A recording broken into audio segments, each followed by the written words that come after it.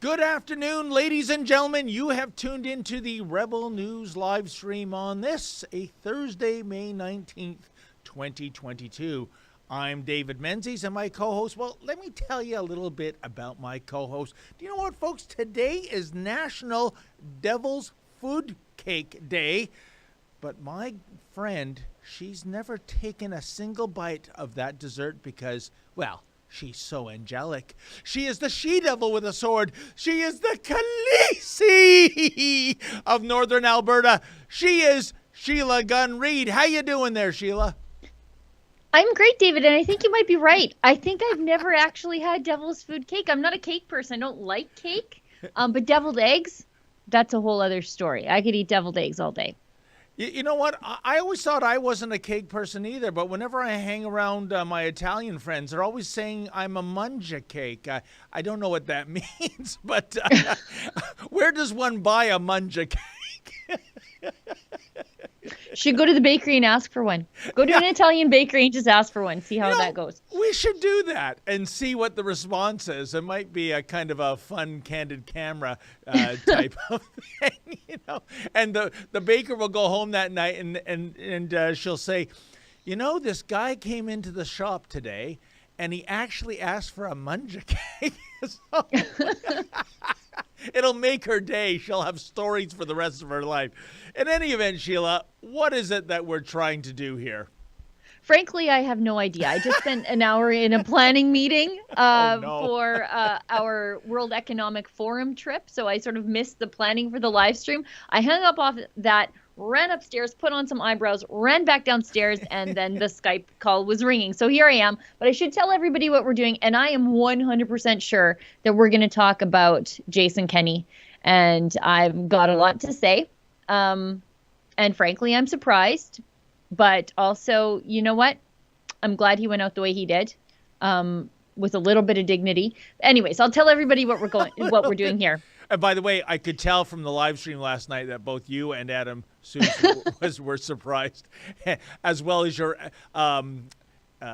commentary as soon as you heard his resignation announcement, which was, I believe, holy heck. I couldn't believe it. And I still can't believe it. I prowled around the house all night. So anyways, this is a Rebel News daily live stream. As you are well aware, we're going to talk about what unfolded here in Alberta last night. We are streaming on YouTube. If we run afoul of YouTube's rules around the things you can and can't say, for example, you cannot question the advice of a local public health officer, we'll have to cut that feed. But don't worry, because we are also simultaneously broadcasting in 4 other places, and 3 of those allow you to interact with us, but also support the work that we do. So we're live streaming on Getter, which is great, and I like Getter, but there's no way for you to send us a chat on Getter that we can read live on air. So if you want to do that, and we really like that, because I feel like you have as many reactions in you about what happened in Alberta as I do, even, 12 hours later, 13, 14, 15 hours later. I still haven't fully digested it all. But you can send us your chats in the form of a paid chat on Rumble. That's a Rumble rant. On Odyssey, they are hyper chats. There's a couple different ways that you can send those to us on Odyssey. And on Super U, you can send a Super U shout. And so that is a great way for us to be able to democratize the show. We want to hear from you, unlike the CBC. They close their comment section. We open it up to you, but it also allows you to support the work that we do completely willingly. We know there are plenty of places where you can spend your money. Thanks to inflation and Justin Trudeau's out of control spending, you have less money in your pocket than ever. So we appreciate the fact that you choose to support us with, your ever shrinking expendable dollars. I can never get over that, Sheila. The CBC is all about taking money out of our wallets, even on an involuntary basis, but they don't want to hear what we have to say. No. They're sugar daddies. We don't get a seat at the table. That is the textbook definition of chutzpah, I would say. Yeah, it prevents them from, getting outside of their bubble. If you read their work, they're in a bubble. For example, I just did a story yesterday, and I don't want to give too much of it away, but it was on I think it should be out today. It was on CBC's list of banned words, the things they told the Canadian public that you couldn't say. So some intrepid access to information filer, and it wasn't me, and I'm a little embarrassed that it wasn't me, because this seems like something I would file for. They filed to see if the CBC executives were using those words. And they were, right? Yeah, they were. Give us a few words that are on the ban list, except for the banners. Well, the one that they really liked. Okay, so this is the story. Ghetto, blackmail, gypped, powwow, crippled, sell someone down the river, spooky, tribe, black sheep for some reason. I don't know if the black sheep are writing in. Lame, first world problem, which I thought was quite ironic, given that worrying about the language of your friends and family is definitely a first world problem. But the one that the CBC, I don't want to give it away, but there's one in here that CBC executives, they loved to use. I think there were 68 pages of CBC executives using one of these words. Unbelievable. And I look at some of those words, blackmail, for example, and I'm sure on the list you would see blackball, blacklist. Are these people insane, Sheila? That has nothing to do with race or blackness. It's just a term. What is wrong with powwow? Again, we get into, this whole debate of we're supposed to be inclusive. Well, a powwow is what natives would do to have a discussion. So if I say, let's all have a powwow here, aren't I being inclusionary in my language? But apparently because I'm not native, I can't use powwow. Oh, and for that matter, what if I was native? Am I still not allowed to use the word powwow? This is surreal. They get themselves into Gordian knots in terms of their PC, motives and ideology, Sheila. And I can hardly wait to see that they are also hypocrites because, again, Oh, do as I say, not as I do. We're going to use blackball. We're going to use powwow, tribe, you name it. That doesn't apply to us at the Front Street CBC Temple in downtown Toronto. It just applies to you great unwashed masses who happen to fund us. yeah, they used one of those words in discussions about their diversity and inclusion panel. And a lot of them were like within a week, like a calendar week of when they published that story, they were using those words while telling us normals, you can't talk like that. Can't wait to see the full meal deal. But there are other important topics. There's a few things we could talk about, I guess. Well, Sheila, that was quite the bombshell by Jason Kenney, especially since technically he got over 50% approval. Yeah. And but like you said, he decided to step down. Before we run any video, before we talk about him stepping down, Sheila, if someone just visited Canada after being away for 4 years or 3 years and was last here when Jason Kenney was the savior from Rachel Notley and her crew of destroyers, as you like to call them, and aptly so, only to go from, tomorrow's man to yesterday's hero, I suppose. What were the key events you would explain to that person that led to that resignation last night? Well, it was, I would say, 99% his pandemic flip-flopping. But prior to that, we should have had a clue that when times got tough, he would not be the principled man we always thought he was. And that was when we were experiencing negative oil prices, wherein it cost more money to get the barrel of oil out of the ground and get it into a state where we could transport it than what oil was selling for in the global market. And what Jason Kenney did was he put production caps to artificially drive up the price of oil. Well, that's, that's command and control economy. That is the opposite of the free market. That's the hand of government and not, the hand of the market. And that resulted in people being laid off because their projects were not functioning. They weren't going. People were sent home. Truckers who were moving rigs, there were no rigs to move because they couldn't produce. And that should have been our first clue. That when times got tough, when faced with a catastrophe, that he would not do the thing that he sold us as being. That he was a free market capitalist that didn't believe in government intervention. Well, when times got tough, government intervened. And that should have been our clue that he would react a certain way when the pandemic struck. And Sheila, if I can interject here, it's so perverse, especially for a conservative to go that route, because you know what that reminds me of? Venezuela?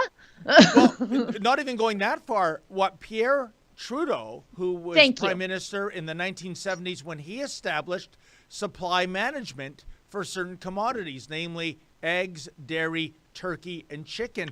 And I can tell you, the National Energy Program. Yeah. And this is something that had conservatives in an uproar. And now this is basically Jason Kenney doing supply managed oil.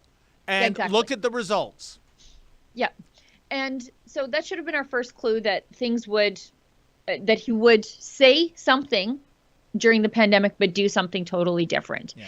And that is what happened. He basically, at the very beginning, he sort of was resistant to lockdowns, saying he was going to take a South Dakotan approach until he didn't, until all of a sudden we had lockdowns and business closures.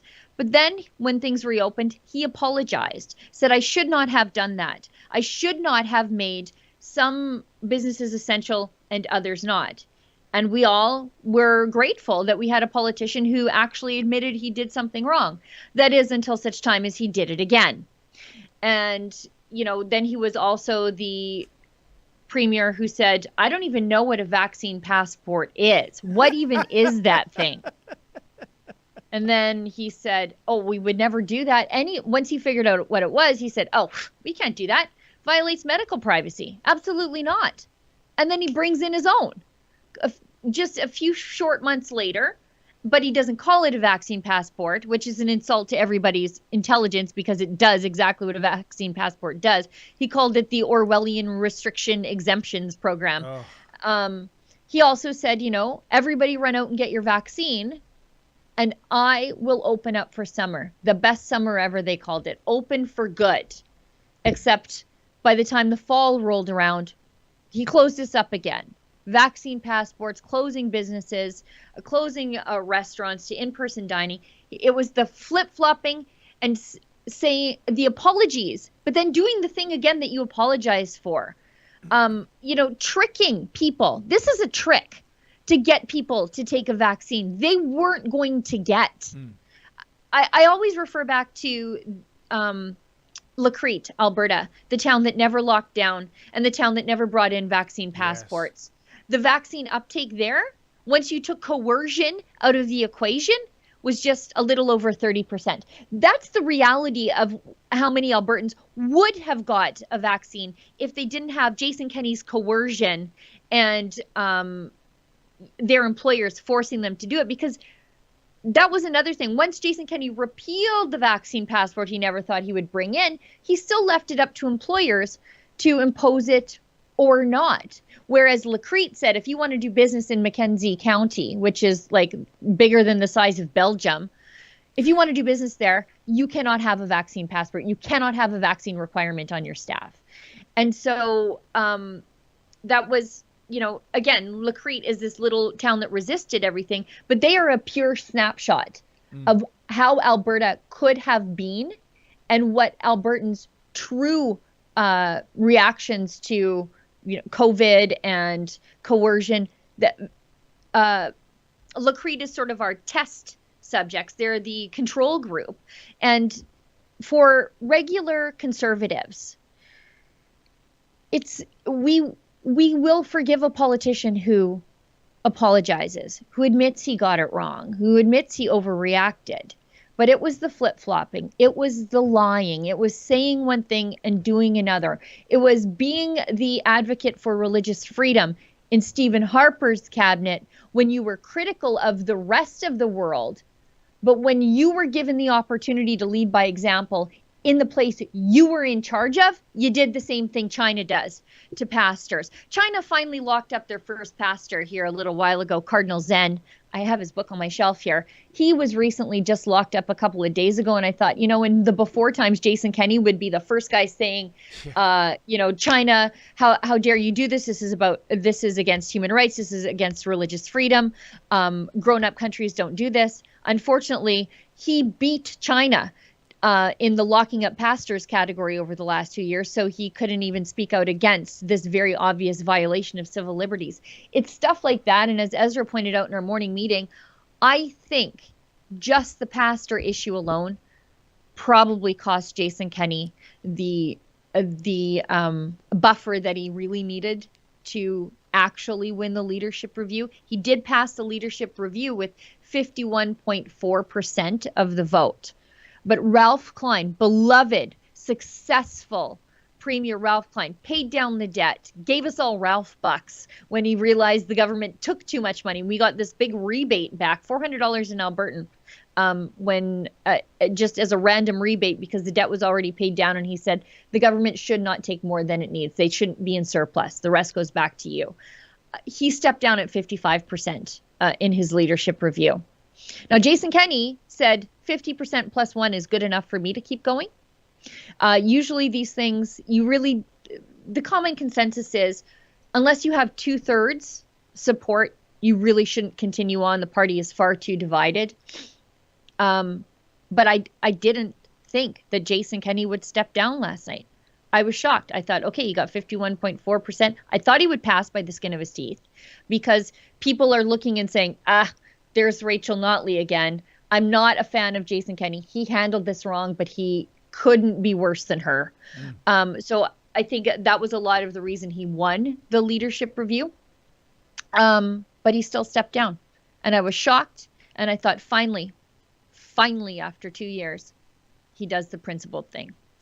Well, Sheila, as you said, talk about a dubious achievement for Alberta to be ahead of the curve when it comes to China in terms of clamping down on religious freedom. But I'm curious, was it the lockdowns or the vax passports or the best summer ever pledge? Which one was it where Mr. Kenney said, I swear to God that he wouldn't flip-flop? I remember it at the time. That was best summer ever. Was best summer ever. There's a lot, but that was best summer ever. Somebody got him on camera at a Stampede barbecue. Yes. Or, sorry, a pancake breakfast. For those of people who don't know, during Calgary Stampede Week, you just roam the streets and eat pancakes. Every company, every political party, everybody has pancake breakfasts all day and sometimes barbecues in the afternoon. And it was at a pancake breakfast, might have been even have been the Premier's official pancake breakfast. Somebody asked him, if cases go back up, are you going to capitulate and lock us all down again? And he said, no, we're open for good. Cross my heart. Swear to God, I'll never lock you down again. And I think it was like September. I don't even think it was like officially fall quite yet. And it was, the lockdowns are back and your kids are wearing masks in school and all their stuff is canceled. Yeah, and it's so rare you'll see any politician of any stripe, of any level, use that kind of language, cross my heart, swear to God. I'm just wondering if that ties into him stepping down in a way, Sheila, because it seemed like if I were a betting man, and I am a betting man. Yes, you are. And I won on my bet with Lincoln J with the Leafs. By the way, we have a double or nothing bet on the $50. What's going to happen first? The Leafs win the Stanley Cup or I die? I'm betting on death in that one. Anyway, I would have bet that he would have hung on with his fingernails with a 50% plus one vote. All the indicators suggested that, Sheila. I'm wondering, if you were able to be a fly on the wall, what do you think made Mr. Kenney decide, no, I've lost literally half the room, I got to go, as opposed to, well, no, I won fair and square, I've got the majority, albeit by the slightest margin. What do you think were the mechanics in him making that decision to step down, Sheila? I think there's a lot of factors. I think the writing was on the wall early. He was intensely unpopular as a leader, but the party itself is not all that unpopular. Alberta is the most conservative place in the country, I would suggest. Yeah, I even agree. Our big cities outside of the progressive hellscape of Edmonton, but even the federal party does okay in Edmonton. Kerry Diot would have won his seat there if not for a vote split. That's why we got a Liberal MP in Edmonton. Wow. The federal party even does well there. But the writing was on the wall when they tried to hold their annual general meeting in Red Deer at the Cambridge Hotel in April. I think it was April 9th, is when they were going to have in-person voting. And I think the venue holds about 3,000 people. But what happened was 15,000 people wanted to cast a ballot. People were flooding into the party, buying memberships and saying, I want to say here. And people don't flood into a party to vote on these sort of things unless they really want to see something change. And because usually, these things are decided by 1,000 people. Usually, it's the diehards that pay for their weekend in Red Deer, travel from all points to the bustling, beautiful vacation spot of Red Deer, Alberta, and pay $1,000 to go there and go to the plenary sessions. Boring. You have to be a diehard to go to these things, or a journalist. But a lot of people wanted to be involved in this, and that, I think, shook them. And then I think yesterday it was nearly 40,000 people voted.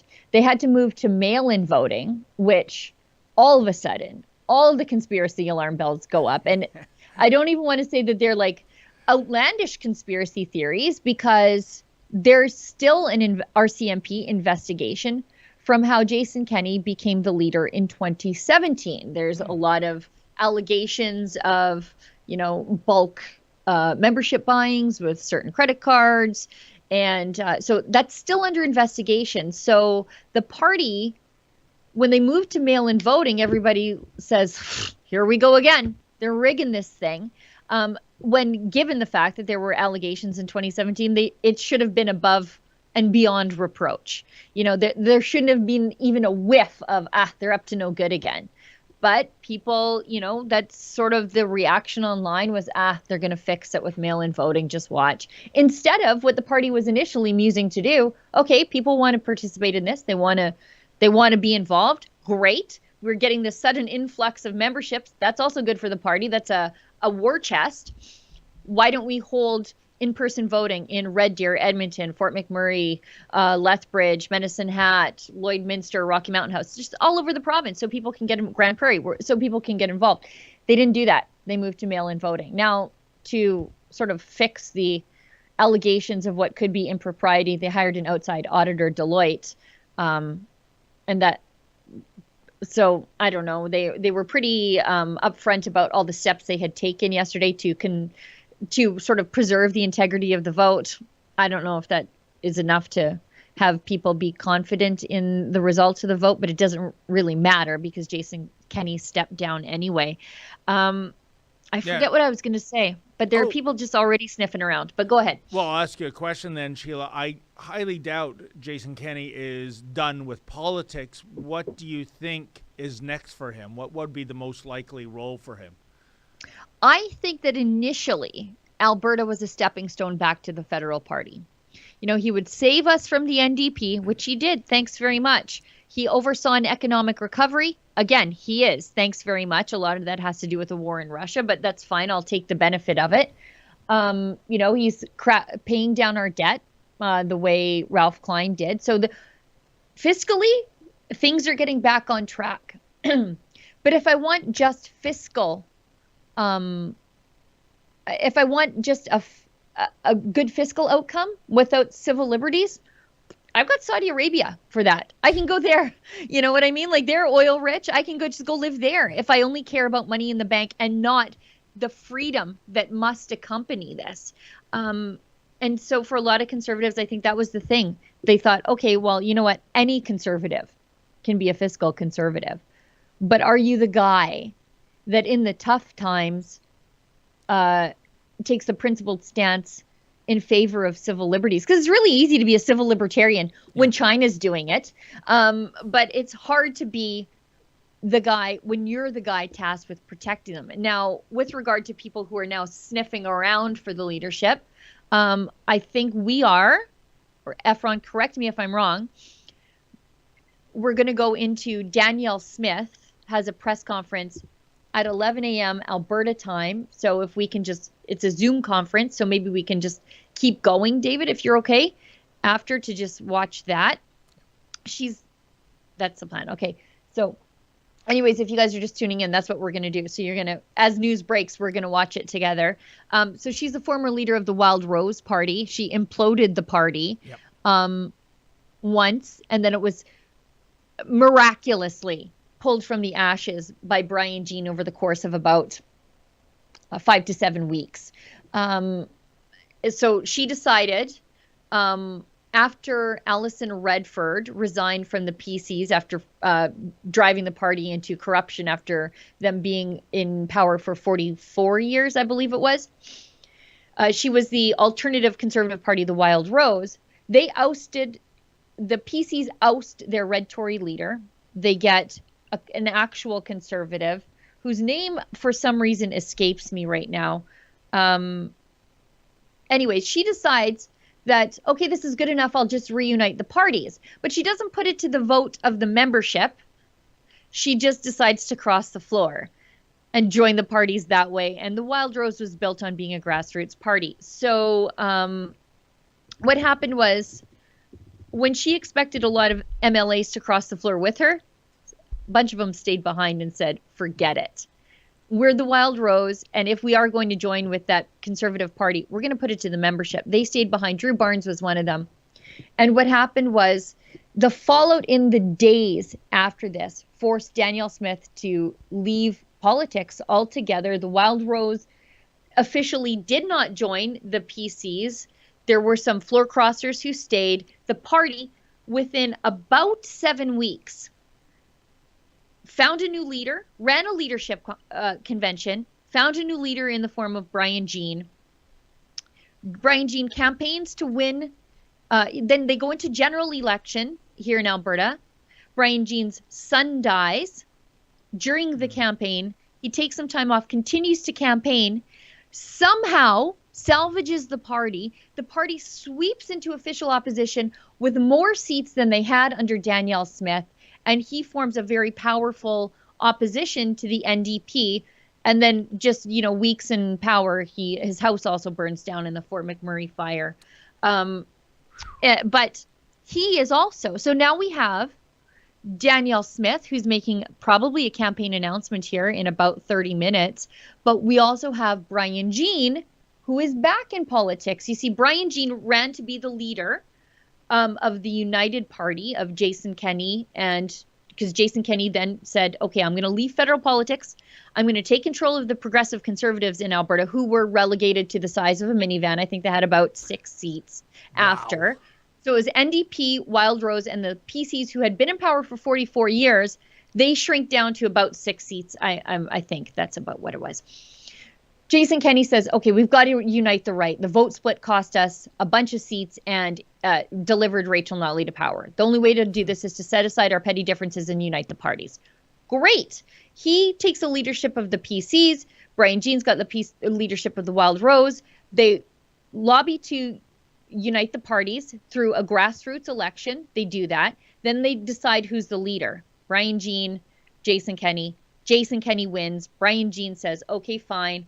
I'll leave politics and let the party join and get back together. So he does that. And fair enough. I mean, he had just been through a hell of a 4 years.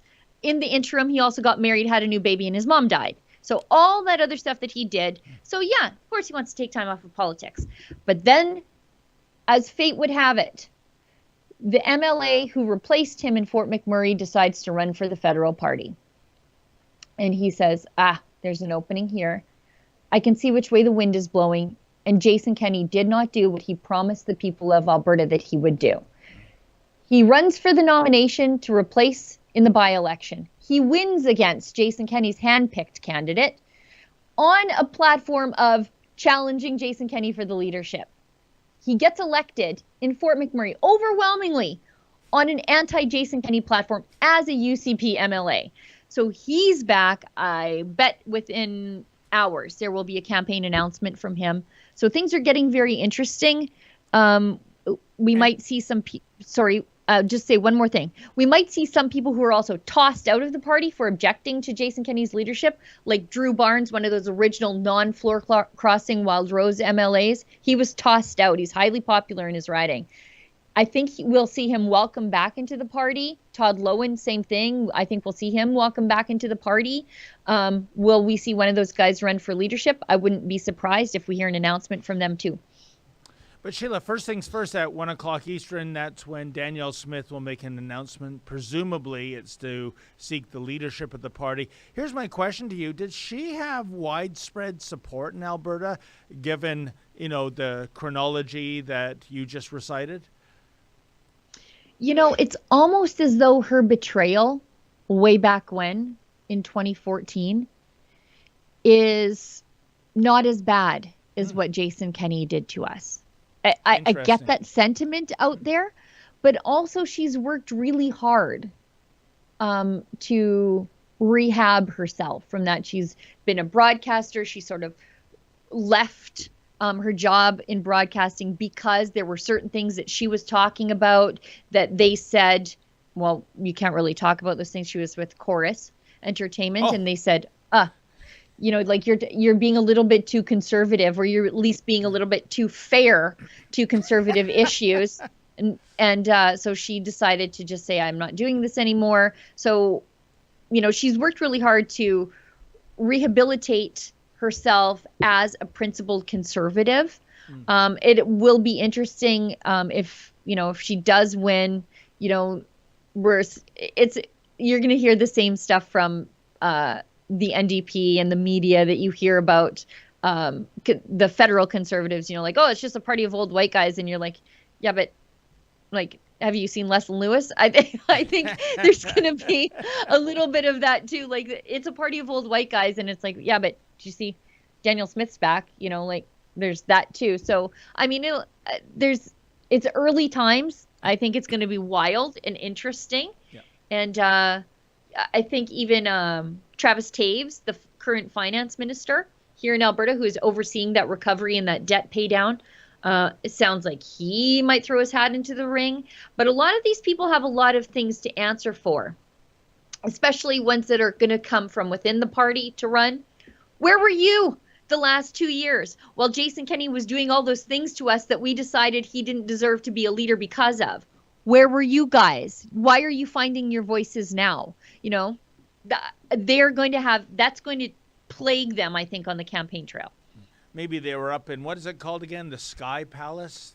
That, I mean, even the name sounds so elitist. Do you know why it's called the Sky Palace, though? No. That's just what we call it. Okay. Oh. So that's not really what the building is named. I forget what the building is named, but nobody calls it that because... Oh, I didn't know that. I thought that was the actual name. No, we call it the Sky Palace because it was Alison Redford's Sky Palace. So what happened was Alberta was in a, you know, like, oil prices are tumbling, spending was out of control, Alison Redford's plagued by corruption scandals, and what happened was it was discovered that behind the scenes, Alison Redford was building this extravagant penthouse for herself atop this refurnished building on the legislature grounds. Wow. It was this with living quarters for her and meeting quarters, and needed to have a living quarters for a teenage girl, which Alison Redford, her daughter was 13 at the time. And we're already paying for her to live somewhere. So why, and not all that far away from the legislature. So why do you need this opulent penthouse at the expense of the taxpayer? And it was dubbed the Sky Palace. And so then it was sort of scaled back after that scandal broke and there's no more penthouse. It became meeting rooms atop this building, but also became Jason Kenney's private pub, as it would turn out. And again, you would think that given the stigma attached to the Sky Palace, you wouldn't be caught up there having a private party while you're locking people down. But again, no idea about the optics, I guess. Well, you know what, Sheila? Thank you for the education. I thought it was an actual name, kind of like the Sky Dome, where the Blue Jays play in Toronto, now called the Rogers Centre. I don't call it that. I continue to call it the Sky Dome because the Sky Dome was supposed to be $150 million. The off-the-lot price in 1989 when it opened was $650 million, if memory serves. And then Rogers comes along and buys it in the early 2000s for $25 million, the only piece of downtown Toronto real estate to depreciate by 95%. Think about that, all you Rogers cable subscribers, when you look at your bill. So for that reason, I continue to call it Sky Dome. But I didn't know Sky Palace was Sky Palace a made-up name. But it was Alison Redford's Palace in the Sky. So we just called it Sky Palace, and it stuck. And as it turns out, it claimed another premier. I think that might have been the turning point, was that image. Another reason to dislike that woman. Before we go on, we should throw to a video. I think it is Jason Kenney stepping down, and the instant classic reaction of Sheila and Adam Seuss, our Calgary reporter, upon hearing that announcement. Let's check that out, folks.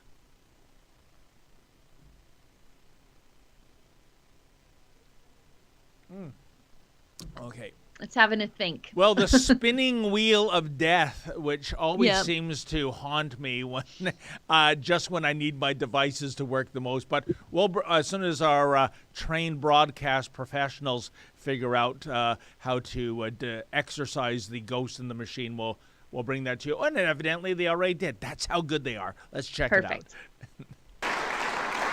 While 51% of the vote passes the constitutional threshold of a majority, it clearly is not adequate support to continue on as leader. And that is why tonight I've informed the president of the party of my intention to step down as leader of the United Conservative Party. I'm sorry, but friends, I truly believe that we need to move forward united. We need to put the past behind us. And our members, a large number of our members, have asked for an opportunity to clear the air through a leadership election. And I've recommended, therefore, that the provincial board schedule a leadership election in a timely fashion. You know, it's kind I of still funny. feel like that. You know, Sheila, it's kind of funny when you hear that reaction when he's stepping. No. It's like a bunch of people just saw a cat run over by a bus, right? You know, it reminds me of when Tim Hudak. Good analogy. Good analogy, actually. But it reminds me of Tim Hudak, who was the leader of the Ontario PCs, after getting 2 kicks at the can, failed miserably to defeat the McGuinty-Wynne Liberals. And he's, I think, in his riding of St. Catharines. And the same deal, I'm stepping down. And this chorus of, no, you're going to give him a third chance? Are you kidding me? But at least you get to know by the exclamations of no who the supporters are versus who his detractors are.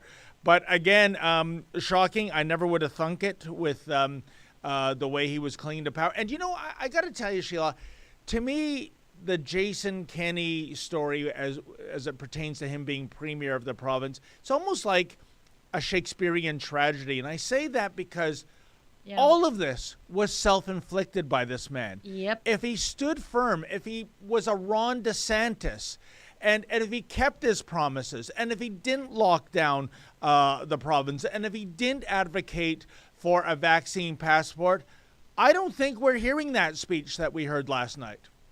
No, that's the thing. And let this be a lesson to the federal Conservatives right now, whomever they choose their leader to be. Jason Kenney was wildly popular in Alberta. Wildly popular. Beloved. I've seen a Chinese grandma jump over a table just to hug him before. But how quickly you can O'Toole yourself through flip-flopping. What a it's true. O'Toole yourself. He did. O'Toole himself, and let this be a lesson for the Conservative Party of Canada. If you are campaigning as one thing and you end up being another thing, Conservatives will throw you out, just like they did to Scheer, just like they did to O'Toole, just like what happened to Jason Kenney. And they'll do it in short order. It would have happened sooner if not for Jason Kenney ragging the puck, thinking that time would be on his side. Because our next election, our statutory election call, is May 2023. So just a year out. So they have a year to elect a new leader, get everybody to like the new leader, get some popular legislation under their feet, hope the economic recovery is going, and then take on Rachel Notley in the election in 2023. So I think Jason Kenney thought the longer I drag this out, the more people are going to be just like, well, fine, we'll stick with him because we got to take on that lady again. But seriously, let this be a lesson for the federal party. Let this be a lesson to the front runners. Pierre Poilievre, we're looking at you. If you win and you decide all of a sudden that it's easier to try to please the CBC than the people you made promises to, we are not like Liberals as Conservatives. We will get rid of you. Yep. That's the thing about Conservatives. It's what makes us excellent, but it makes us hard to be in charge of and hard to lead, in that we just don't blindly go along to get along and follow a leader because he's on your team. That's what the Liberals do with Justin Trudeau. If you want to just blindly follow a leader for the sake of power, the Liberal Party's right over there. Go and get in it. But that's not how Conservatives are. They're generally more principled.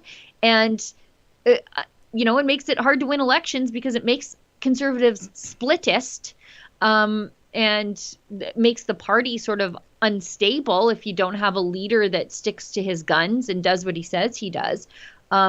But at least it's an honest way to be. You know, speaking of Pierre Poilievre, Sheila, I was at, as was Ezra, last night at a dinner put on by I think it's called the Concerned Manufacturing Association of Canada. I might have mangled that name, but in any event, this is an association of all the movers and shakers that are involved in manufacturing across Canada. The last time they had this dinner was January 2020, which was about 10 minutes before COVID hit. So they've been absent for a couple of years, and they restaged it. Pierre Poilievre was the guest speaker. He knocked it out of the ballpark, I think, and I advocate what you're saying. I hope Pierre Poilievre comes as advertised. In other words, if in the years ahead he does become prime minister, the CBC is put in the recycling bin, or actually the trash can, let's be honest. But the funny thing is, Sheila, and there's no way to confirm this because if I reach out to Doug Ford's spokeswoman, Ivana Yelich, a.k.a. the mistress of Brian Lilly, I was told that Doug Ford was not at the dinner last night, even though he was in 2020. And not only that, I was told by an attendee, Ford allegedly ordered his MPPs to stay away from this dinner. And the ostensible reason for that was that if there's some criticism or jokes made at the expense of the federal government or Justin Trudeau, which seems to be Doug Ford's best new boyfriend these days, he doesn't want that during an election going into the home stretch, just 2 weeks to go. And I thought, oh my God, Sheila, am I still living in the Ford Nation world, or has Doug Ford, like Jason Kenney, been totally co-opted, that he flip-flops on major decisions? He continually disappoints the grassroots. He continually pokes his finger into the eye of conservatives. I wonder, like I said, 2 weeks away, that's the Ontario election, Sheila. I wonder if there's going to be a surprise there. I mean, there's a funny vibe in the air. I know Doug Ford is leading in every poll, but I'll tell you, my friend, I go back to 1990, and nobody, no political analyst, no polling company, no political scientist at the U of T predicted that the Bob Rae NDP party would sweep to power in Ontario in 1990, and that's exactly what happened. I'm just wondering, could we see some comeuppance here in Ontario, a la what's happened to Jason Kenney? I think don't discount the potential of a vote split, delivering seats to the Liberals. Yeah. While, New Blue and the Ontario Party, they might not win seats. They might be the kingmakers for some MLAs. I'm not saying Del Duca, the Geico lizard.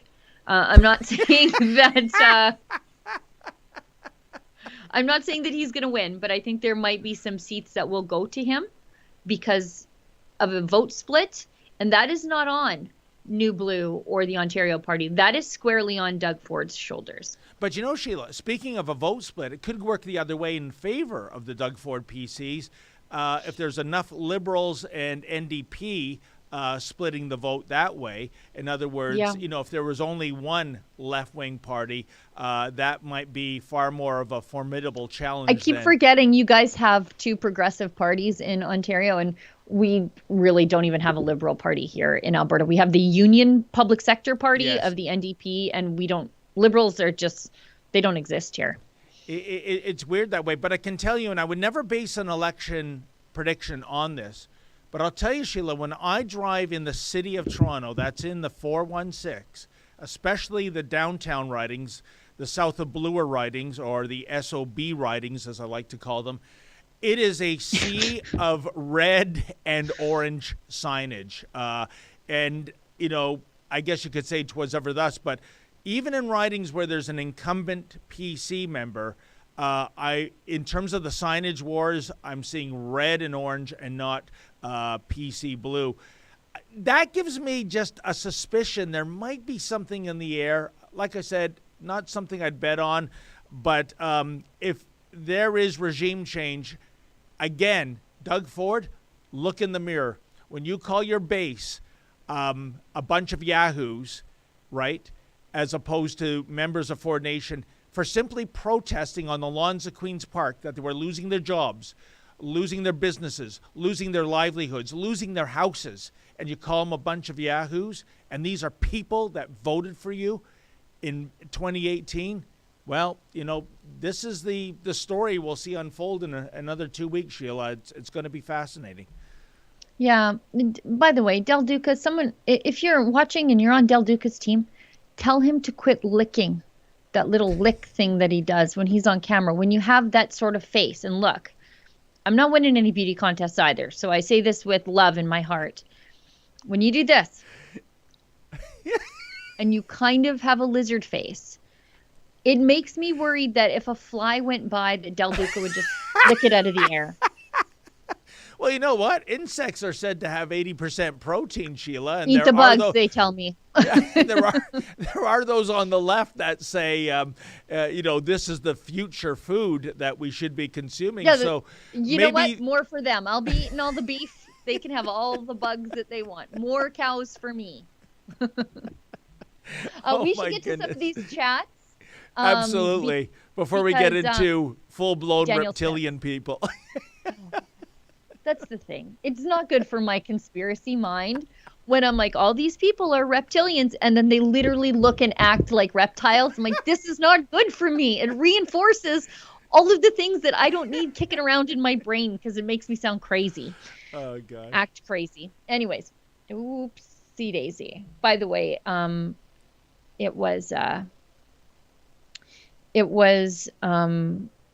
Jim Prentice who preceded Alison Redford, and then he died in a plane crash after he lost. He was very he was basically trying to do what Jason Kenney subsequently did. I don't think he was quite disliked, but the media really didn't like him. And he was a Harper cabinet minister. So he was the first Harper cabinet minister who tried to come back and solve our problems. And then they called in the big guns of Jason Kenney. Anyways, Billy Howard gives it. By the way, I just want to say, it seems like there's an inordinate amount of personal tragedy by those connected with the, the Conservatives in Alberta. You've mentioned a son dying, a mother dying, a house going up in flames, Jim Prentice in the airplane crash. I mean, geez, that's a terrible streak of tragic bad luck, I would say. We're cursed. And then we got Rachel Notley, so hopefully that's the curse being broken in 3, right? Okay. Anyways, Billy, I'm not superstitious, I'm joking. Billy Howard gives us $2. Tariq El Naga may run for UCP leader on the Quebec-like autonomy. Very interesting. I like Tariq. Along with the Quebec-like autonomy platform, along with equalization, Senate, and freedom issues. Thoughts? Well, I personally like Tariq. I think he's a great guy. He's got a great story, by the way. Immigrant to Canada, falls in love with Alberta, falls in love with rodeo. He has like a pro rodeo, like a temp business, farmhand temp business too. I love Tariq. And he really does say, why can't we have in Alberta the same rights they have in Quebec? Why can't we have our own pension, our own police force? Why can't we flex our muscles a little bit more in Confederation? Because we're already more financially powerful. Shouldn't our power within the federal government reflect that? I'm listening. And he just lost, actually. He was running for the leadership of the Maverick Party, and he lost. I think he came in second. So he's got some time on his hands. I'd be interested. That would make the race a little bit more interesting, because regardless of who wins, Tariq is going to force them to talk about these issues that Albertans want to talk about. Sheila, did I ever mention to you that I rode a bull at the 1985 Smoky Lake Rodeo? Yeah, obviously it left you with brain damage in your long-term memory, because you keep telling me this. You know what? That's a hell of an achievement. I mean, I went to hospital, of course, so maybe I was brain damaged. But and I'll tell you something. Back then, there were no hockey helmets and cages and flak jackets. It was just what you see is what you get. And I got trampled, and I never thought of that. Maybe that set me down a road of brain damage. I'll consult a psychiatrist next week. I bet you there's a part of your brain that is just spongy. Black and spongy. Anyway, world's worst gamer gives us a buck. David, who is Canada's greatest athlete of all time? Iron Mike Sharp or Wayne Gretzky? I say Iron Mike Sharp. And I say Iron Mike Sharp too, because he always said that. Canada's greatest athlete. And the Toronto Star, I think, is it the Lou Marsh Trophy? It always recognizes, Canada's Athlete of the Year. And, there's such snobs at the Star, because decades ago when Iron Mike Sharp, he was a professional wrestler, folks, and he would always self-declare himself as Canada's greatest athlete. I would fill in my ballot and send it in as a reader. And the Star would always print the results of all, and typically for a while there was Wayne Gretzky every year winning the award. And they would always print the runners up. And they would never, ever print Mike Sharp's name. And I know I wasn't the only one voting for him, but, that's professional wrestling. That, we don't sully ourselves here at the Star. So, yeah, Iron Mike Sharp, Canada's greatest athlete. What do you say, Sheila? I will hear that argument, but honestly, I think it might be Kurt Browning. Oh. We never think about that, but he's the pride of Caroline, Alberta, so already a check mark in my book. But first figure skater to ever land the quad in competition, four-time world champion, Canadian national champion, really sort of made us a figure skating country. And I know I can't even believe I'm talking about figure skating. And the reason that came to my mind was because I was at Stars on Ice over the weekend, took my daughters and my nieces to Stars on Ice, which was fine because they did some choreography to Dolly Parton's 9 to 5. So I tolerated the whole thing. But then my daughter leans across and goes, Mom, Kurt Browning's 55. Wow. And I was like, oh my God, he's out there landing the quad, just skating up a storm. And he's 55 and I don't think he's lost a step. Elvis Stoico was there too. He's 50. He doesn't look. Richmond Hill. He looks like, aside from the gray hair, and Kurt Browning is bald now, which, I mean, it's it's a lot to take in, but he looks exactly competition ready.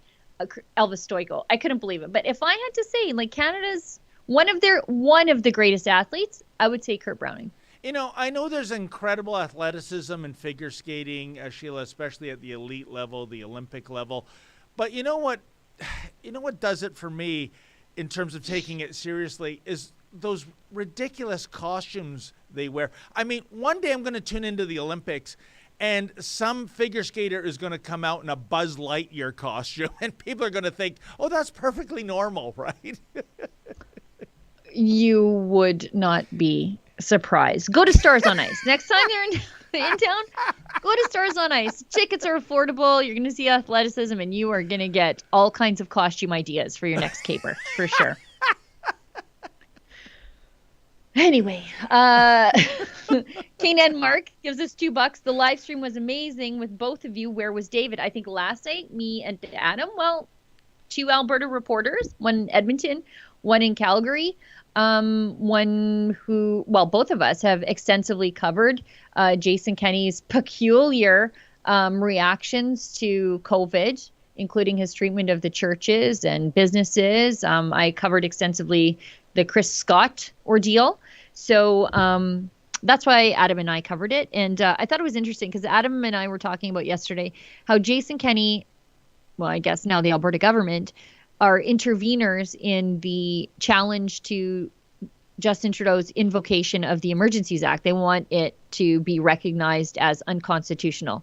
And I thought, that's real rich from the guy who emergency acted Grace Life Church, Art Pawlowski, arrested business owners, and made protesting illegal. Alberta Health Services went to court, got an order called the Rook Order, which is basically a backdoor Emergencies Act, which made protests against the government a, quote, illegal public gathering. And it was under that order that Chris Scott was arrested and taken to jail for 3 days for holding a protest against the government, previously emergency acting his property by chaining up the gas station and the convenience store. So I thought, real rich, Jason Kenney decides that Justin Trudeau shouldn't do the things that he already did to pastors and business owners. Wow.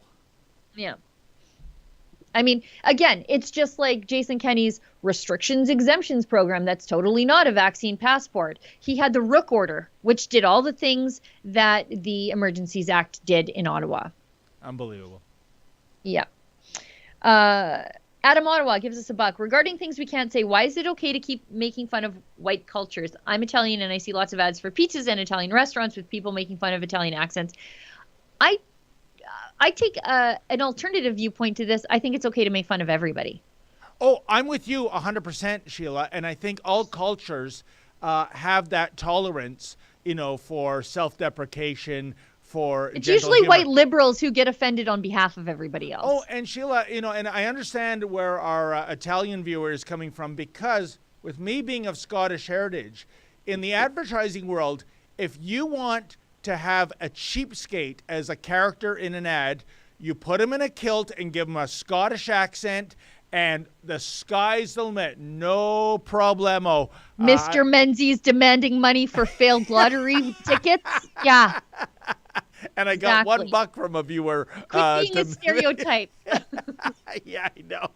But yeah, so I think there is a double standard there. And by the way, Sheila, me being of Scottish heritage, my relatives, my extended family, we have no problem with that kind of humor. Read? Yeah, I get it too. There you go. So, but I'm pretty cheap. I am really cheap. Indeed. I just don't brag about it and force my cheapness on other people like you do. Yeah, well, like I said, when I gave you that Mother's Day card, the first thing you did was flip it over to see how much I paid for it. So, because I knew you would do that. Yeah. You're predictable. Boy, this is a chicken and egg debate, I think. Yeah. Kane Enmark gives us $2 and says, I got my tickets for the movie in Calgary, May 26th. I'm so excited. So that is Kian's trucker documentary. Beautiful. And you can go to truckerdocumentary.ca, get your tickets, where I think 2/3 sold out. So if you want to get them right now. And that is, I think it's Thursday, May 26th in Calgary. And as Billy Red Lions used to say, don't you dare miss it. Yeah, I'm going to be there. Kian's going to be there. Sid's going to be there. Adam's going to be there. Mocha's going to be there. And trucker lawyer Chad Williamson and his amazing sideburns all going to be there. It's going to be fun. Well, what more reason, folks, do you need to buy a ticket? There you go. Yeah. Yeah. Behold Chad Williamson's sideburns in all their glory, in living color. God, that guy's got great sideburns. Anyway. Do you want me to grow sideburns, Sheila? I'd like to see you try. Mutton chops. Big ones. Like that detective or the police chief in Murdoch Mysteries. Oh. His big mutton chops. Get those going. See those hanging out from underneath the hat. Okay, let's keep going because I think we're running up against the clock and I might be reading, but Olivia and Efron, if it starts. Oh, you know what, okay. Sheila? I think we're ready to go live to the Danielle Smith press conference. So yeah, they say we won't go live right now. Do you want to just make me a host? Yeah, hang on. Let me just make you a host, and then if we could all just please go unmute, I'd sure appreciate it.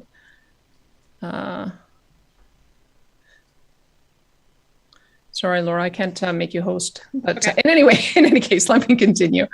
I think he's done just a tremendous job of making sure that the world knows the pathway that our energy sector is on, and also that really important work with Ottawa, trying to find areas of common ground. I think we've begun doing that, but it's going to take strong voices to continue doing that. I've been a student of the energy industry since my first run in politics in 2009, and I'm looking forward to continuing the great work that Premier Kenney has done on that, and also our energy industry. I think there is sort of a tendency to think, now that I'm decided that I'm going to jump back into politics, seeking the leadership of the UCP, that this is just a continuation of my last political life. And I would encourage you not to think that way, because so much has changed since 2015. I'm sure none of you are the same person you were in 2015, and I'm not either. I'm a mainstream conservative. I've seen a lot of dialogue going on about whether we are going to be swinging to the left or swinging to the right. We're all Albertans. We all want the best for Alberta. And I think that you will find that my campaign is going to be centered around putting Alberta interests, and Albertans first. And in every form that takes. If we can find some common ground with Ottawa as we proceed in striving toward a path of net zero in our energy sector, and finding ways to develop out our hydrogen economy, finding ways as well to use incredibly exciting carbon technology to capture and use carbon dioxide in useful ways, I think we can find some common ground. I think we can also find some common ground with our friends in Quebec in getting Ottawa to stay in its own lane and ensure that we continue to exercise our areas of provincial jurisdiction. The Premier also had, I think, a good win in the last week, where he was asked, where we ended up winning at the appeals court level in a 4-1 judgment on the issue of C-69, which is a clear violation of provincial jurisdiction, in that it is attempting to regulate virtually every aspect of our economy in violation of our 1930s Natural Resources Act, in violation of Section 92A of the Charter of Rights and Freedoms. And you'll find that I will be a very strong voice in making sure that we push back against Ottawa, collaborate where we can in areas of joint jurisdiction, but they will not be able to continue invading our areas of jurisdiction or dictating to us how we deliver our programs. We've seen this in healthcare, we're seeing it in daycare, we're seeing it in dental care and pharmaceutical care and long-term care. And we need to demonstrate that we will take care of Albertans the way that makes sense for us. And we're not going to be enticed by the federal government using its spending power to dictate to us how we deliver those programs. So those are the areas that I think are going to be vitally important for us to come together on. And it's really important for us as Albertans to come together. Part of the I think judgment of the grassroots yesterday was that as much as the Premier had hoped that he had balanced lives and livelihoods during the course of COVID, I think that there are many who felt he didn't get that right balance. I think we have a lot of division that has happened between friends, a lot of division that has happened between family members, and we need to stop dividing people along identity lines, vaxxed, unvaxxed, or any of the various identity politics that we've seen play out over the last couple of years. We are stronger, united. And I would say that that also holds for our Conservative movement as well. It's very clear that Jim and I made a big error in how we tried to bring the Conservative movement together. But part of the reason that I'm running for the United Conservative Party is that I think it's a bit of an academic discussion about what might have been the case when we were looking at the political landscape back in the election of 2015. I think it's very clear that today we're facing a formidable opposition in the legislature that is unified, and we cannot see a fracturing of the Conservative movement along the lines of multiple different political parties. I've felt that when Jim and I made the decision that we did to join forces in 2015, I was cheering along Brian Jean and Jason Kenney as they did it appropriately and properly, consulting the grassroots. And I'm looking forward to making that same argument so that we can bring some folks back into the fold. I think that Todd Lowen and Drew Barnes, would love to see them throw their name in the race for leadership in this UCP contest, so that we can start unifying the movement again, because there's going to be a lot of work. It's going to require all hands on deck over the next couple of years to make sure that we stay unified, that we focus on the things that we need to do. And sorry, guys, we got lots of crosstalk going on here. Guys, there's a lot of people not on mute. There's almost 200 people in this call. Please, guys, put we your need to mute be on on now mute. immediately. This is not going to work if people are trying to get some audio for radio and television. If you guys can all please go on mute, sure would appreciate it. All right, so I think I've said enough so that you know where I'm going. Let's see if we can get into the Q&A. I think at this point, we would like to make sure that you put up your hand so that we can do one person at a time. And Laura, I'll turn it over to you so that we can get into the conversation. All right, good morning, everybody. So Brianna, I think you were first, so go ahead. Try to make it as quick as possible. There's a lot of questions and a lot of people in here, and we do have a hard out at 11:45 again, as a reminder. No worries. Thanks, Laura. Danielle, first I want to ask you, this is expected to be a crowded field. You want at least Lowen and Barnes to run. So I wonder what you think your odds are and what's going to make you a front runner. Well, I'm going to run to win. You never enter into a contest thinking that you're going to come in second place. And I welcome as many people in the race as want to participate, because to me, the more the merrier. This is a real opportunity for the United Conservative Party to make sure that we're selling memberships, we're getting volunteers activated, we're getting people excited again about our vision. I love sharing ideas. I love the clash of visions. And so I would say the more the merrier. I'm expecting to learn as we go along through this entire process. I'm sure there'll be some fantastic ideas that come forward from some of the other candidates.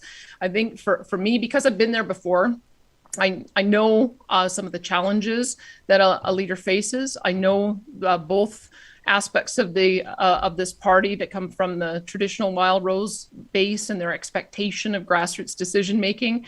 And I also know the incredible talent that we have from the progressive conservative roots of this party, and the professionalization that happened under the UCP. So we want to make sure that those two traditions in our party are recognized and honored. And so I think I can do that. In addition, there's so much that needs to be done on the energy front. I've spent the last year working as a business advocate. Prior to that, I spent 6 years on radio doing every possible interview I could with business leaders, energy leaders, environmental leaders, as well as those who are in this exciting world of carbon tech. And so I think we don't want to lose any ground on that front. It's a big learning curve to fully understand how the energy industry works, and I'm prepared to do that. I'm also running in an area where we've got food producers in the ranching sector, in the farming sector, and I've been a landowner rights advocate going back to 1999. So I've got I think a very solid history on that front also.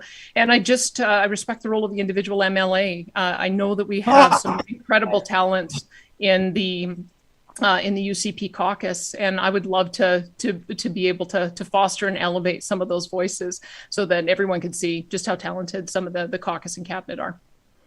As a quick follow-up, you talked about uniting people. I'm wondering, I think that the last few leaders have proven that we can't have a big tent conservative party in Alberta anymore. So I wonder whether you think the party itself needs to go further left or right. I don't think this is a right or left issue. I mean, I think one of the things, Laura, are you able to just sort of call out who needs to just monitor who's making the noise there and just call them out? Over 200 people. Yeah. If people are not on mute, they will be kicked out. So please ensure you are muted. Okay, thank you. Let me just start that again. If you look at what happened during the UCP leadership contest, and even those who were counting ballots observed this, that there are a lot of people who got brought into the UCP who had never been in politics before. And I think that is what has occurred, is there are a lot of people who are just going along minding their own business, and now their entire lives have been disrupted in the last 2 years. People are hurting about what's happened to their kids, and the fact that their kids have lost ground in education over the last 2 years. People are hurting because they haven't been able to take part in important family events. People are hurting because they have loved ones that they may not be able to see or haven't seen as they were dying in hospital or in long-term care. There are people who have lost their jobs. There are people who still can't travel across the border. And so that activated a lot of people saying, what is going on?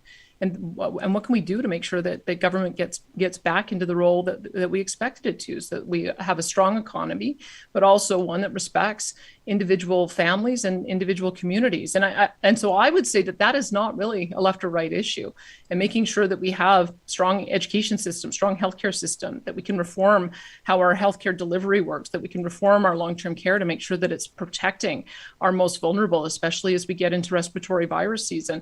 These, to me, are everybody issues. So I don't really see it as left or right. And I think that is a very unifying message, that if we can start doing things the way we've done them historically in Alberta, start focusing on the things that we can all be very proud of, then I think the UCP is going to be very successful. I don't think it's really a matter of going left or right.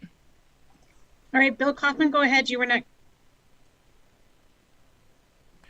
Yes, hi, Danielle. I know that some of your critics might well point to your departure from your radio gig, and they'll say, well, you left because you couldn't stand the heat, you couldn't handle the heat, and if what makes you think you can as a political leader? Oh, I can handle heat. I've handled heat for a lot of years. What I can't handle is the cancel culture. And that's what we've got to really push back against. The way I conducted myself on radio is the way I think that that we should be seeing the media operate, that we should be prepared to listen to all voices.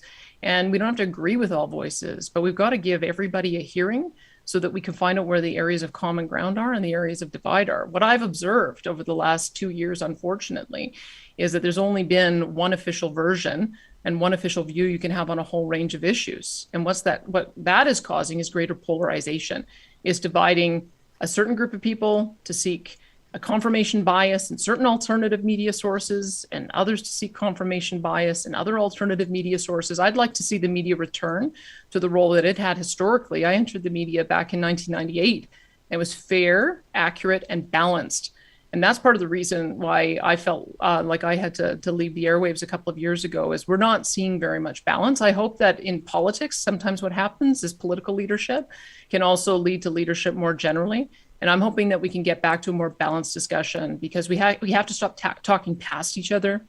We have to have forums where people can agree. I think Brian Mason used to say we can disagree, but we don't have to be disagreeable. And if we can get back to more of that, and I can be a voice in helping to foster that kind of understanding, I'm delighted to do so. And I do hope that that we are beginning to turn a corner. I think a lot of people are getting very frustrated that one false move or one wrong statement or one word that they say taken out of context can result in complete character assassination and destruction. And I believe in redemption. I think that people make mistakes and they've got to be able to atone for them, apologize for them, and have a way back. And I think we've kind of lost that. But I think people are turning the corner and they want to see more of that. And that's what I hope to bring to the discussion. Yeah, and there's another line of thought here that goes that what's really needed in this race are okay. So new faces. I think there you have it. Danielle Smith has announced that she's running for the leadership of the UCP. She's also said that she would like to see the two MLAs who were thrown out of the party for being critics of Jason Kenney, Todd Loewen, and Drew Barnes, also at least be welcomed back, but she'd like to see them run for the leadership. And she believes in redemption. Well, she darn well better, because she made some mistakes that I think Albertans may say that she has been redeemed from. And she's against cancel culture. Well, and wants to see a renewed role of media here. So I'm listening, Danielle. I'm listening. You know, I really liked her viewpoints on cancel culture, Sheila. She said that she'd like to see the media return to being fair, accurate, and balanced as it was in 1998 when she got into the media. We all know that is not the case in 2022. And I like that line, we can disagree, but we don't have to be disagreeable. And as you said, believe in redemption. So she's spot on, I think, from a conservative viewpoint when it comes to free speech. But I'm scratching my head. One of her first points, Sheila, was that she said she's a student of the energy industry, and she wanted to continue the great work of Premier Kenney regarding the energy sector. But we began the live stream just an hour and 15 minutes ago with you talking about how Premier Kenney brought in this perverse kind of supply management, operandus to the Alberta energy sector. So I'm getting a mixed message there. How do you interpret her words, Sheila? You know, I think it might be some of Jason Kenney's more recent work. So inviting Senator Joe Manchin to Alberta to see what we actually do versus what the antis are telling everybody that we do here. Jason Kenney has just also completed a trip to Washington to lobby on behalf of the energy sector, which to his credit is the flip side of what Rachel Notley did. Rachel Notley actually recalled our diplomatic, his job was the energy ambassador, really, to Washington at a time when we were trying to, or should have been trying to, push through the Keystone XL pipeline and getting in President Obama's ear. She actually recalled I think it was Rob Merrifield, who was a former, again, Harper MP. She recalled him and said, you know what, we're not even going to worry about that. So Jason Kenney has taken a much more aggressive approach in selling Alberta's energy, at least in recent times, as a solution to the high energy prices and high prices at the pump plaguing our American friends. Unfortunately, those are also plaguing us too. But I think that's what she's referring to. Again, people in politics, their memories can be short. I'm a bit of a grudge holder, so I don't forget the Soviet-style supply management of our oil industry not all that long ago, in the same way that I don't forget how Danielle Smith betrayed the Wild Rose Party. But she does at least acknowledge we did it wrong when we tried to join the party. But Jason Kenney did it right because he put it to the members. No, so true. And also what stood out for me too, Sheila, was we have Danielle Smith saying that we have to stop going down the identity politics path, particularly with vaxxed versus unvaxxed. That's music to my ears because we've seen, well, at least we've all experienced here in Ontario, and I imagine to a degree in Alberta, the apartheid system of vaccination. In other words, you have different rights and privileges if you have the jab as opposed to not getting it. And some of those rights and privileges is the right to be able to earn a living. The number of people that have been suspended without pay, which is a fancy way of saying you're fired until you agree to the coercion. So I like that part of her early speech as well, Sheila. Yeah, I do appreciate when she remarked about her previous work on radio. And, you know, instead of becoming a victim of cancel culture, she just left the industry altogether because she felt that she couldn't speak her mind when she was there. I really think that someone who has lived that and made that principled decision to leave a career, an established career, a pretty safe career, if she would just shut up about the things that Chorus didn't want her to talk about. But she made the principled stand to basically sacrifice her own career in the interest of, intellectual integrity and honesty. I think that says something about the kind of person she is now versus the kind of person she was not all that long ago. Then again, if you know you're leaving, Sheila, I mean, I'm saying this is how I would do it. If I know, I'm, the bosses are getting ready to put me on the plank and, throw me overboard, I think I go down with both guns blazing. I think I keep talking about the things they don't want me to talk about and get fired and make that a cause celeb issue. That would have been my strategy, as opposed to just saying, oh, well, they're telling me this, that, and the other, so I'm just going to quietly leave. What would be your strategy if you were in that position as a talk show radio host, Sheila? Oh, yeah, I would try to burn it all down on the way out the door. I could see you being disconnected in mid-speech. Yeah. I'd be reading every single one of those CBC banned words if they let me go on air over there. Yeah. And this is, I guess, some of our criticism of Maxime Bernier. Why did he leave? Why didn't you just make them throw you out? It's a little easier to prove your point about how prohibitive it is within that party system, or, in Danielle's example, in that job.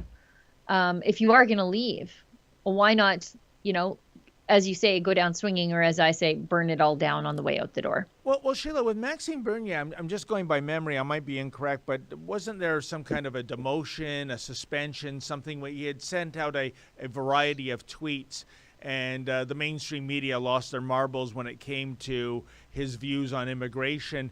And, of course, Andrew Scheer, instead of embracing keep your friends close, your enemies closer, decided to wage war. So wasn't there something in the early part of the relationship where he kind of was not fired, but there was like a demotion issue?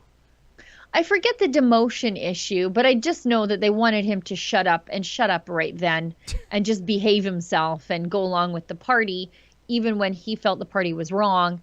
Yeah. And he didn't and then left, I would have kept talking and then have them show me the door, much like what happened to Drew Barnes, who these days is vindicated because he holds a very mainstream view of Jason Kenney that is not only supported by at least 50% of the party, or around 50% of the party, 49%, I guess it is, of the party, but also many, many Albertans. Good for him. He took a stand, made a moral decision, paid the price with his career, but in the end, he comes out, the victor, I guess. Well, I don't know if we're going to go back to any more of the conference or not. No. Adam's on the call. He'll let us know if anything happens or if Adam gets a question. I'm sure. Stay tuned to Rebel News because we'll clip that so you can see any of the tough questions our people are able to put to Danielle Smith. And good for her for holding a Zoom press conference so that as many journalists as want to participate are able to participate in this. And it looks like she was willing to take a half an hour's worth of questions. Wow. It sounds. So good for her for not, blabbity blabbing and then just taking a few questions. People want to know. As I said at the student journalism conference, I could have talked for hours. People who tune into the live stream know that already. But I said to them, I don't know what you don't know, so why don't I just open up the floor to you to ask me some questions, and hopefully I can answer them. And I think that's Danielle Smith's approach here, too. Well, there you go. So I guess we should take care of the remaining super chats then, Sheila. Yes, because I think you have a show to film right away, and I think I need to be on that. Let's keep going. Fraser McBurney, fully engaged with his cap locks, says, have you ever been to Switzerland? No, because Dina Hinshaw and Alberta Health Services screwed me out of a trip to Switzerland. Which I complained about last night on the live stream if you were watching. I was going to be on our trip to Davos, but Dina Hinshaw is punishing a church in court on the 25th, which would have been right when I was in Davos. And for me, I think it was important to be there to support the lockdown resistant churches. And I know our team that is in Davos and who are arriving in Davos, they're going to do a great job without me. But my place is standing by the churches who stood up to the government. Sheila, I have a funny Switzerland anecdote. This would be going back to, I guess, 1990. Swiss Hotel was opening its first Canadian Swiss hotel in Canada, in Toronto, near Pearson Airport. And I went to the press conference, and you put your business card in for a lucky draw. And the first prize was a 2-week, all expenses paid trip to Switzerland. Wouldn't you know it, my business card was the second one drawn. It was a federal bureaucrat that won. I mean, unbelievable, right? And my prize was a 6-month gym membership for a gym that the next day, I think, went out of business. So they closed rather than let you in. Oh, yeah. Like, David Menzies is coming. It's unbelievable. It's like Glengarry Glen Ross. Remember the sales contest? First prize, Cadillac Eldorado. Second prize, set of steak knives. Third prize, you're fired. So I kind of got second and third prize. And third. Yeah, but I was this close to going to Switzerland. Fraser goes on and says, I have, and boy, it's expensive. Bring your own coffee and teapots. Get there early and scope the town. The police will be all over the place. Well, I don't want to give away too much of what we're up to there, but we'll be fine. AMT60 gives us $1. I know that Rebel is going to the World Economic Forum. Is it at the same place that the World Health Organization treaty vote is going through, or separate? David, I'm winning Friday's max, the Lotto max. Yeah, 65 million, I believe, right? Or 60, something like that. I don't know. I don't gamble. I do. But I gamble every day I get on air with you. I feel like I'm just gambling with my career and everybody else at the company. I'm also gambling with your careers too by letting you be on air. But here we are. The World Health Organization treaty vote is in, I don't know, it's 4 hours away. It's in Switzerland, but it's 4 hours away from Davos. So awful convenient. A short helicopter ride away, but if you're a skeptic, that's a heck of a long car ride. Wow. 4 hours by car? Switzerland's that big? I thought you meant like a 4-hour walk. I think it's winding roads. which is probably also not good for thing. me. Thank God you were scrubbed from the mission, Sheila. I saw how you reacted to the winding roads in Israel, and that was not a pretty sight. Why? Why are there so many switchbacks in Israel going up the Golan? Like, why? It's so like, it's a lot. Pass the barf bag on the left-hand side, will you? Oh, wow, it's not good. I just laid out on the on the bench seats. Sus Spider-Man gives us $2. The feds have all the provinces. Okay, let's go. Adam's got a question. Oh.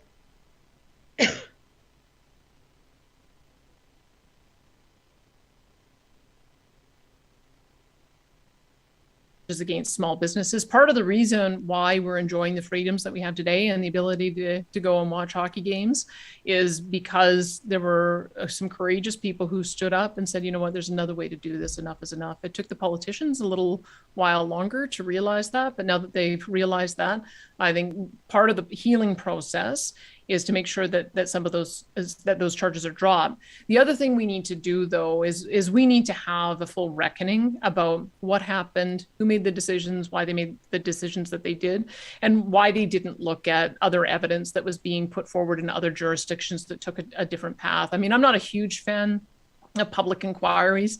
They tend to cost a lot of money and end up with a multi-page report that I question if anybody reads. But I think we could do hearings, multi-party hearings, where we could be talking to some of the key decision makers on a fact-finding mission to make sure that that this doesn't happen again. I'm very supportive of Todd Lowen's approach. He's attempting to bring some provisions into the Public Health Act that would have the same kind of oversight on decisions of the legislature when it gets invoked as the Emergencies Act does. I think we saw at the federal level that it's a pretty extreme measure to invoke the Emergencies Act, but there are multiple checks and balances on that. We don't have those same checks and balances in the Public Health Act. And so I think we need to make sure that we do, so that people have some confidence that this won't happen again.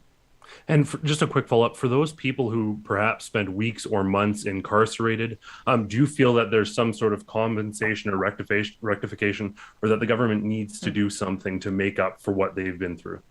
It's, you know, I personally, when I look at some of the work that the Society for Wrongful Incarceration has done nationally, I suspect that there's likely to be some kind of civil suit that would be associated with that. And, so I don't know if any of those civil suits are ongoing. If they are, I wouldn't necessarily want to weigh in, but it wouldn't surprise me if somebody feels that they've been wrongfully incarcerated. And I've spoken with both Pastor Coates as well as his wife, Erin. I've spoken with people who had spoken with Pastor Pavlovsky as well, who had a pretty rough time, it sounds like, in prison. It wouldn't surprise me if there was going to be some compensation forthcoming there, but I'll have to wait and see. One of the things that may help solve what happened is an apology. I think there's a lot of people feeling that no one's taken any accountability for the harms that have been caused, whether it's pastors who were put in prison, or whether it was businesses that were shut down, or whether it's people who lost their jobs, or whether it's families that got torn apart. And so I'm prepared to go around the province and apologize on behalf of the government, and to try to find a way that we can make some amends. And that I hope that's enough, because we're so much stronger if we can focus on the future rather than the past. But I do think that we have to recognize that there are a lot of hurt people, and there's going to be a lot of healing that still needs to be done. And I hope I can help play that role too. All right, Amanda's next, but Doug Welpton, can you please put yourself on mute? Wow, Sheila, talk about redemption. I mean, she's saying the right things there when it comes to apologies and potential compensation for the likes of Pastor Art and others. What do you make of that statement? So we missed the first part of Adam's question, but we were recording it. So stay tuned to Rebel News. We'll have a full article, and we'll publish that clip in full. The first question he asked, I think it was regarding, the lockdown resistors. And Danielle Smith acknowledged that the reason this province is largely free right now is because of those people who push the government in the right direction due to their civil disobedience. Yeah. They are not the fringe radicals, Jason Kenney calls them, behind their backs in hidden recordings. They are the reason the rest of us are free right now, is because they put their necks and their businesses and their freedom on the line for everybody else. And it is nice to hear somebody actually acknowledge that. It's like a thank you, truckers. You know, it's thank you, pastors. Thank you, business owners. Thank you, hairdressers. Thank you, tattoo artists who refused to close when everybody else went along and took their subsidy money from the government. These people stood for freedom. And it is nice to hear that she is willing to apologize on behalf of the government, that she thinks that these people are probably entitled to some pretty serious compensation. James Coates, 35 days in jail. I think it was over 50 the last time for Pastor Art. Chris Scott, 3 days in jail. Tim Stevens, a couple of weeks in jail, snatched away from his crying children on the street. Oh, I remember Danielle Smith is right. For the province to heal from the trauma inflicted upon them by the government's lockdowns, somebody has to apologize and somebody has to make it right. Imagine, this is a country that paid out millions of dollars to a convicted terrorist named Omar Khadr for being deprived of sleep. Pastors were taken, snatched from their families and their congregations, and held in prison for simply giving services to people who wanted to come. Something has to be done to make it right. And she's right. The only way forward is to acknowledge the harm that was done, do something to fix it, apologize, and then, only then, can the province heal. And Sheila, I'm betting more Albertans would be on the side of an official apologizing and compensating those people who had their rights stripped from them, that were, taken down on a live highway unnecessarily and thrown in solitary confinement. I think that is a winning proposition in your province. Yeah, and it's ongoing right now. It's still happening. One of the reasons I'm not going to Davos, besides wanting to be here to support Kian in his movie, but the reason I canceled my trip to Davos, I've never been to Switzerland. It's kind of a once-in-a-lifetime opportunity for just a farm wife like me to go to Switzerland. But I canceled my trip because Church and the Vine in Edmonton could get $350,000 in fines handed to them on the 25th. They were facing millions, or $1.3 million, but I think they're anticipating something, in and around the $350,000 for not allowing a public health officer to actively disrupt their church services, to run around inside the Sunday school, to take pictures of people as they prayed.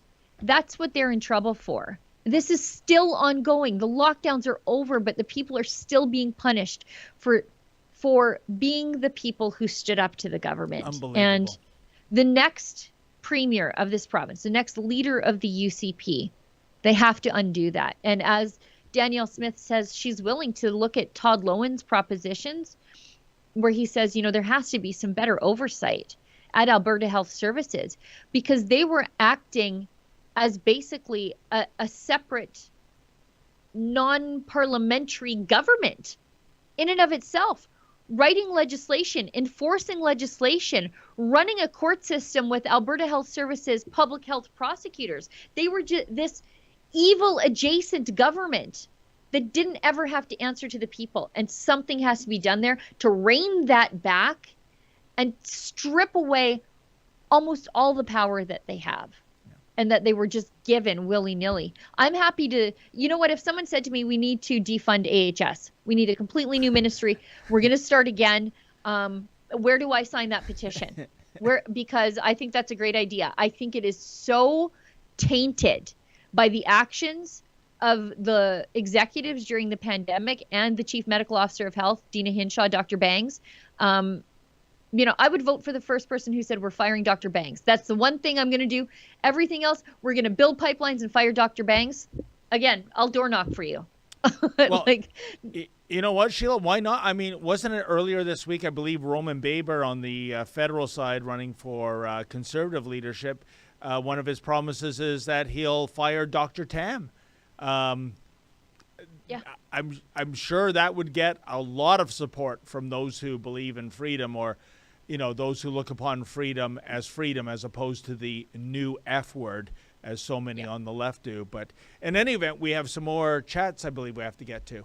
We do, and then we should wrap this up because we're 11:37 here. Okay, I have to just see where I left off. Okay.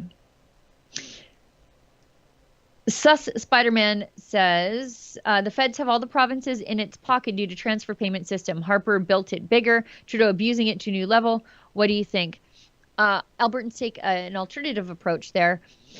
The feds are able to basically dangle the carrot of equalization and transfer payments over the rest of the provinces to get you to comply with the federal government, only because they continue to take so much equalization from us. And so that's why we want to rethink the equalization formula, which keeps more money in Albertans' pockets, but also prevents Trudeau from using it as the carrot and the stick against the other provinces. And by the way, we'd like the rest of you to develop your own natural resources so that you could have as much money as we do. But the equalization formula incentivizes provinces to leave it in the ground. So it punishes us for developing it and incentivizes the rest of you for not developing your natural resources. I'm looking at you, New Brunswick, and your natural gas. To quote the old Red Rose Tea tagline, only in Canada, pity. Yes. Go ahead, Sheila. Becca Henderson gives us a buck. I think when it comes to asking Conservative Party candidates questions, it's important to ask them what they will do as opposition leader, not just prime minister, because they will be in opposition until 2025. Yeah. And it's funny because you see Jagmeet Singh tweeting critical things of Justin Trudeau, and it's like, but you just struck a deal to prop him up. Yeah. So shut up. You're just another Liberal MLA now. Or MP, I guess. I really wonder, are we going to really have to wait that long? I mean, I know there's this coalition, but, as the saying goes, Sheila, today cannot possibly dream of what tomorrow brings. I mean, that's an eternity in politics, almost 3 years. Something could happen that fractures that alliance, and we'll have an election earlier rather than later. In 3 years, Jason Kenney went from the savior of Alberta to resigning. I know. In defeat. So a lot can happen. Yeah. Kate Enmark says, Sheila's beautiful in my books. Well, thank you. Jeez, that just came out of Fair left enough. field. I think it's because I made fun of Stephen Del Duca, and I led with, look, I'm not winning any beauty contests, which is true, I'm not. Adam Ottawa gives us a buck. I'm teasing you on the, or I'm with you on the teasing of cultures. In my world, teasing someone's differences is a form of flattery. Anyway, that's a spicy meatball. Very funny. There you go. I'm not, by the way, flattering Stephen Del Duca when I say he looks like the Geico lizard. I genuinely mean that. And I don't mean it in a mean way. It's just that every time I see him, I think that he should be on a hot rock somewhere sunning himself. The Geico, what is it? It's a gecko, isn't it? The gecko, yeah. It's a very cute little character. Are you calling Stephen Del Duca cute, Sheila? Not even a little bit. Okay, we got Becca Henderson. When Danielle Smith said you don't run to come in second, well, O'Toole did. LOL. Oh, I'll tell you, not being very athletic, second, third place, that's fine for me. Win, place, or show. Yeah. Doesn't work so well in politics, I guess, that way. Twinks says, hi, guys. Thanks as always. Way forward for entire countries to stand up against counterculture and severe political correctness. We need to get back to being able to laugh and to laugh at ourselves. Check out the NiagaraIndependent.ca. I'm not even mad about counterculture. I feel like right now conservatives might be the counterculture to the prevailing wokeness in pop culture.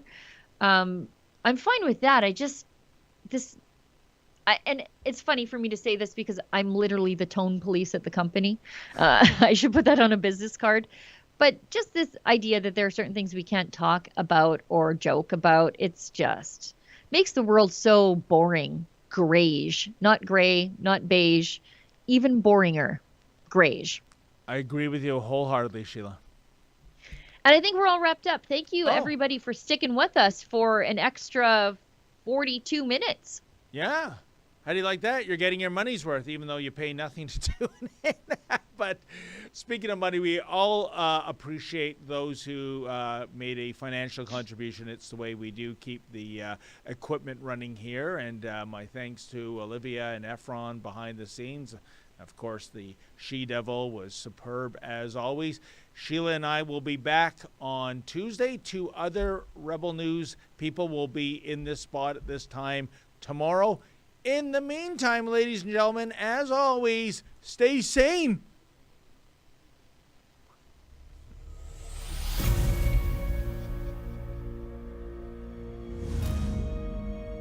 On January 29th, truckers began a blockade at the Coutts Sweetgrass International border crossing to show support of solidarity with the Freedom Convoy to Ottawa.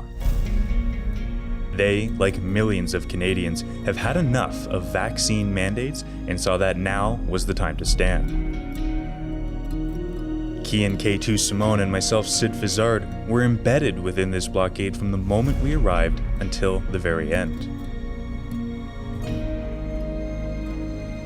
On May 26th, we'll be bringing you our exclusive coverage from the inside with our new documentary, Trucker Rebellion, the story of the Coutts blockade. But the only way I'm leaving is in a cruiser. To watch Trucker Rebellion, the story of the Coutts blockade, head to truckerdocumentary.com.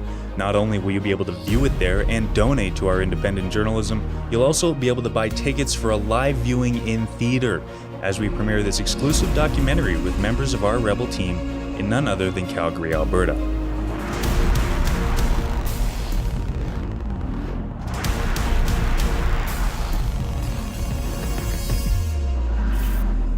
You know what the mainstream media said about the truckers. Now, see the truth for yourself.